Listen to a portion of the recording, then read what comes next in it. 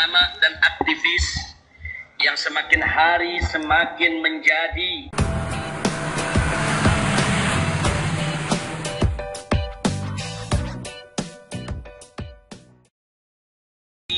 ulama dan aktivis yang semakin hari semakin menjadi di negeri kita tercinta, wajib untuk kita hadapi dengan sabar, tegar, tabah, sambil tetap melakukan perlawanan.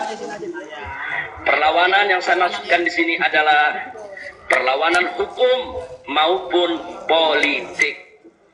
Dan alhamdulillah, untuk perlawanan hukum, para pengacara dan advokat kita telah melakukan langkah-langkah konkret dalam menghadapi persoalan. Karena kalau kita bicara langkah hukum, berarti langkah yang harus kita lakukan adalah langkah keyudikatif.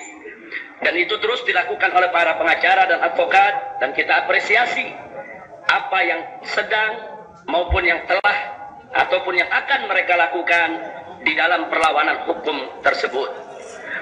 Kemudian yang kedua adalah perlawanan politik. Ini juga sedang dilakukan oleh pimpinan-pimpinan ormas-ormas Islam, baik dari GNPF MUI maupun Presidium Alumni 212. Begitu juga oleh FUI, begitu juga oleh ormas-ormas Islam lainnya, yang semuanya kita berikan apresiasi dan kita doakan, di mana mereka melakukan langkah-langkah konkret untuk melakukan lobby politik, baik dengan legislatif maupun eksekutif. Nah, tinggal sekarang kewajiban kita adalah memberikan support, dukungan kepada mereka, dan sabar untuk menanti hasilnya. Karena itu saya tetap minta kepada umat Islam agar tidak melakukan tindakan-tindakan yang bisa merusak langkah hukum maupun politik yang sedang diambil oleh para pimpinan kita. Support yang paling penting kita berikan untuk mereka adalah jangan melakukan tindakan apapun yang bisa merusak langkah-langkah hukum maupun politik yang sedang mereka upayakan. Saya yakin kalau kita hadapi ini semua dengan doa, munajat, zikir, kemudian dengan sabar, tegar, insya Allah, Allah akan memberikan solusi yang terbaik bagi kita, bagi bangsa, dan negara. Nah, karena itu sekali lagi saya ingatkan, sabar tidak ada batasnya. Sekali lagi, sabar tidak ada batasnya. Manakala kita diserang secara hukum, kita harus melawan juga secara hukum. Manakala kita diserang secara politik, kita juga harus melawan secara politik.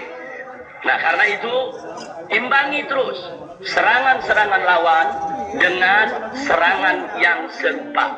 Jangan kita berlebihan, karena Allah tidak suka dengan apa-apa yang berlebihan. Nah, karena itu yakinlah bahwa Allah bersama kita, bahwa para habaib, para ulama sampai hari ini, alhamdulillah, mereka masih bersatu, mereka tetap berjamaah, mereka tetap bahu-membahu untuk menyelesaikan persoalan ini.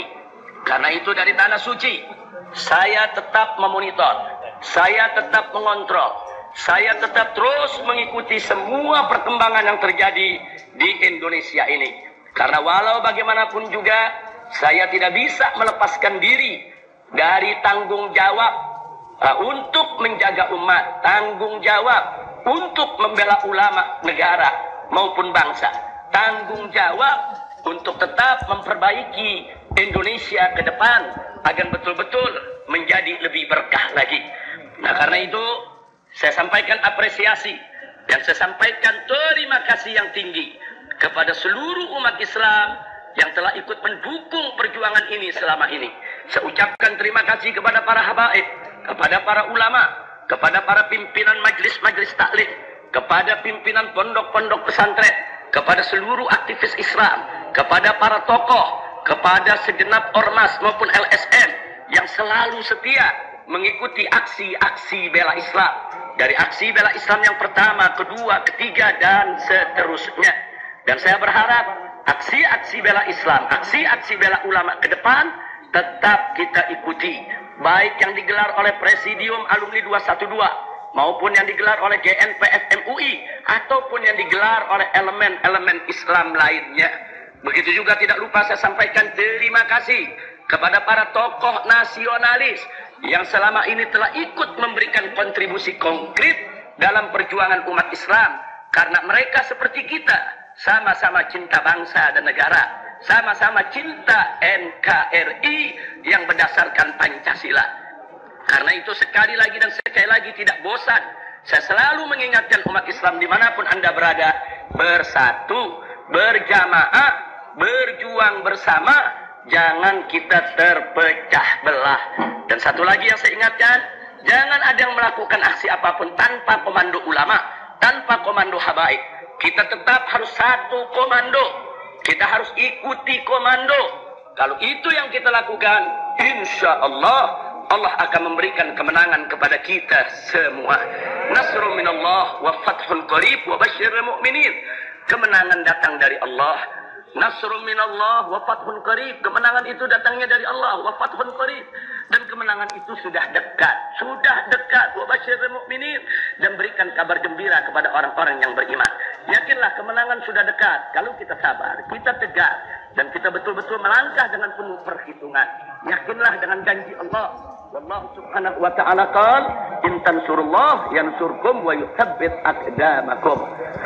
Jadi kalau engkau sekalian sungguh-sungguh membela Allah, menolong Allah, menegakkan agama Allah, saya pasti Allah akan memenangkan kamu sekalian dan memperkokoh daripada langkah perjuanganmu.